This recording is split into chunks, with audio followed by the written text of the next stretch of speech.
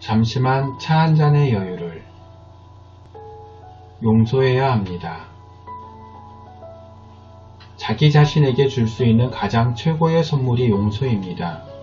용서가 가해자 혹은 죄인에게나 선물이 될 테지 생각하기 쉬운데 죄인에게나 피해자에게나 모두가 기뻐할 선물입니다.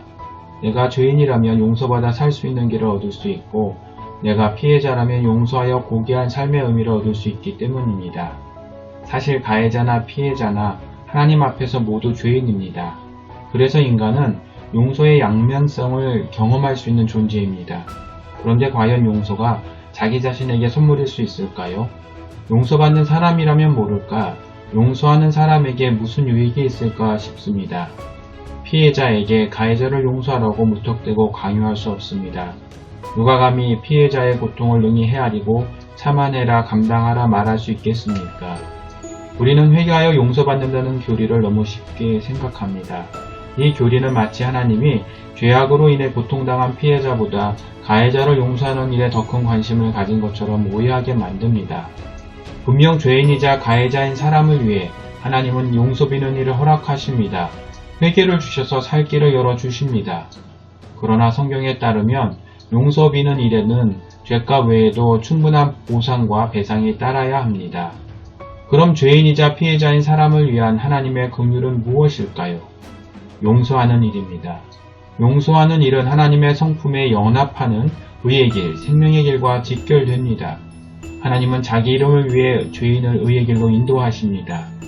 하나님은 죄를 지었음에도 거역하고 반항하고 배신을 밥 먹듯 하는 패역한 자야를 의의 길로 인도하십니다. 죄인이자 가해자인 사람이라도 용서를 빌면 목숨은 부지할 수 있게 긍휼을 베풀어 주십니다. 그러나 피해자에게는 용서하는 일을 통해 하나님의 선함에 동참하도록 인도하십니다. 물론 여기에는 반드시 십자가 은혜가 필요합니다. 하나님과 같이 되려는 탐욕에 하나님과 맺은 언약을 어긴 죄인은 하나님의 고귀한 성품에 이를 수 없기 때문입니다. 악한 자에게 유혹받아 타락한 인간은 죄인으로서 용서를 빌어야 하면서 동시에 죄인으로서 용서해야 하는 기막힌 상황에 몰렸습니다. 그러나 하나님은 악한 자의 흉악한 지혜를 은혜로 뒤집으십니다. 공주에 빠진 인간을 활지로 인도하십니다. 용서의 마음을 품을 수 없는 죄인을 위하여 하나님은 용서의 참 의미를 십자가 은혜에 담아 두셨습니다. 이를 깨닫는 자는 용서를 빌 수 있고 용서할 수 있습니다. 예수님은 이렇게 기도를 가르치십니다.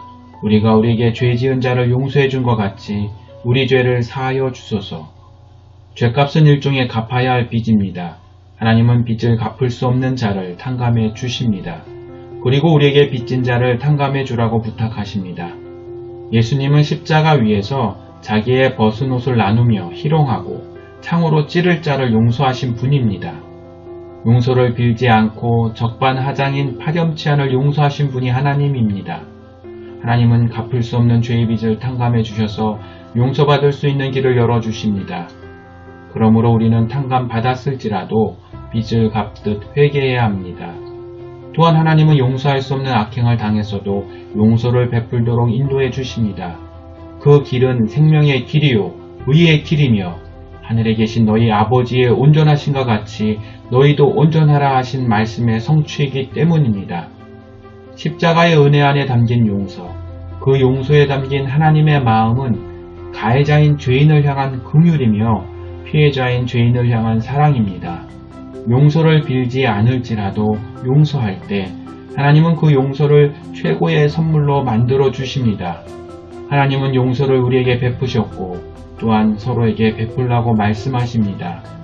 우리는 용서해야 합니다.